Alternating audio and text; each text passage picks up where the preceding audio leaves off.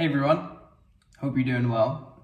I was thinking about Shemona Esrei, and for people who pray 3 times a day, they're saying the Shemona Esrei a lot.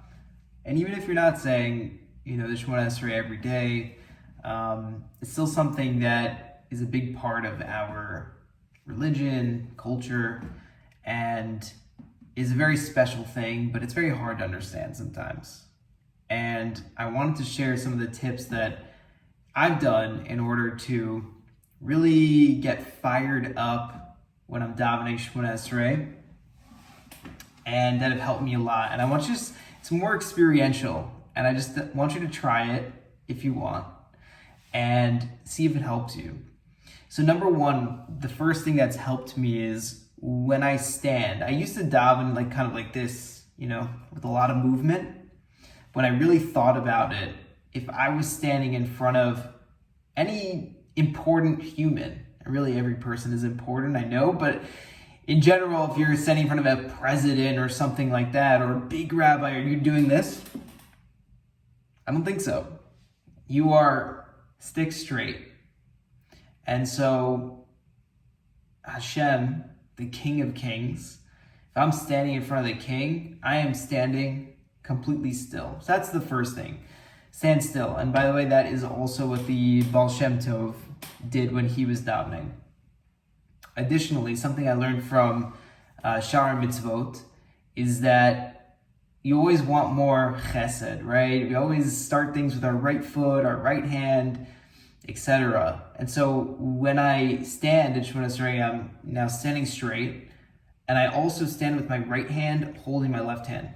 So I have it kind of down by my stomach, but I have the right hand over the left hand. And I found that also kind of gets me into the mindset of, being overpowering Gevura, represented by the left, with chesed and giving, and kind of tipping the scales towards chesed. So I found that's definitely a kind of movement that you should try as well.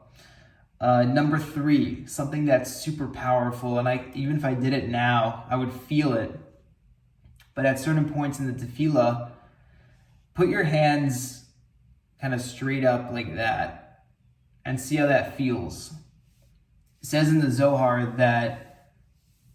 that movement, so to speak, penetrates all of the worlds. And again, it's more experiential. So when you're davening and you want to emphasize certain things, or you really just have a moment where you feel closer to Hashem, try putting your hands straight up like that with all your fingers pointed up towards heaven, and see how that makes you feel. So, I've had times where I'm doing the davening and I can literally feel the energy coursing up my body.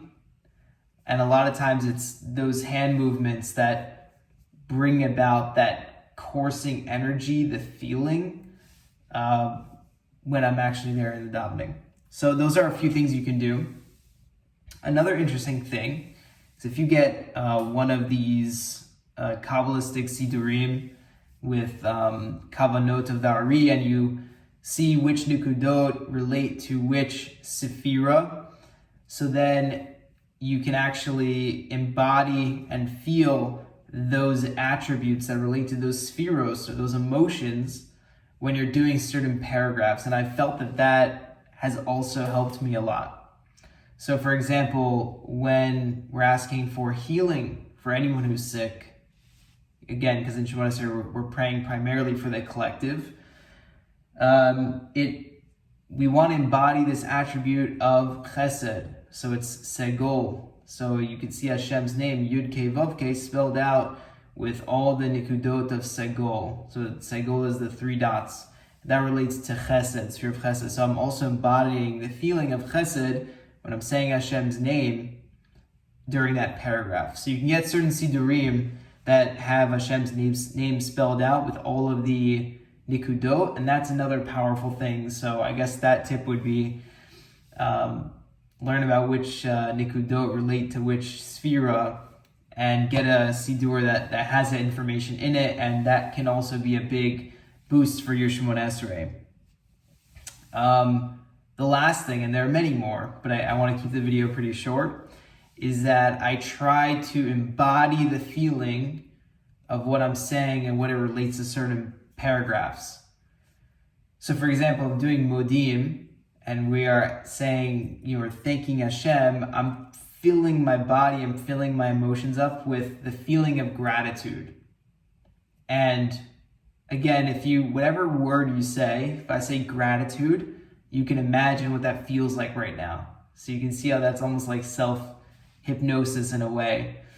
But you can fill yourself with that feeling. Now, one of the tools that I'm planning on using more is actually thinking about different times in my life that I've experienced these emotions, whether it's gratitude or healing, if Hashem has healed me or healed others, and almost imprinting that emotion, because I have building up examples of that, and then re-feeling that emotion when I'm actually at those paragraphs in the Shemona Esrei. And you can see how it makes a really big difference if you're saying the words, if you understand the words, if you see which sphera relates to Hashem, how Hashem is manifesting Hashem's self in that paragraph, and then matching that with the emotional energy, you can see that it's just really a transformative experience.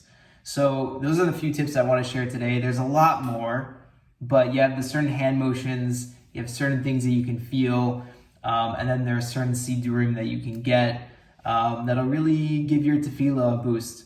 I hope you enjoy that video. Please let me know what you think about that. If you tried it, feel free to reach out directly to the website or leave a comment below. Thanks very much, and I'll talk to you soon.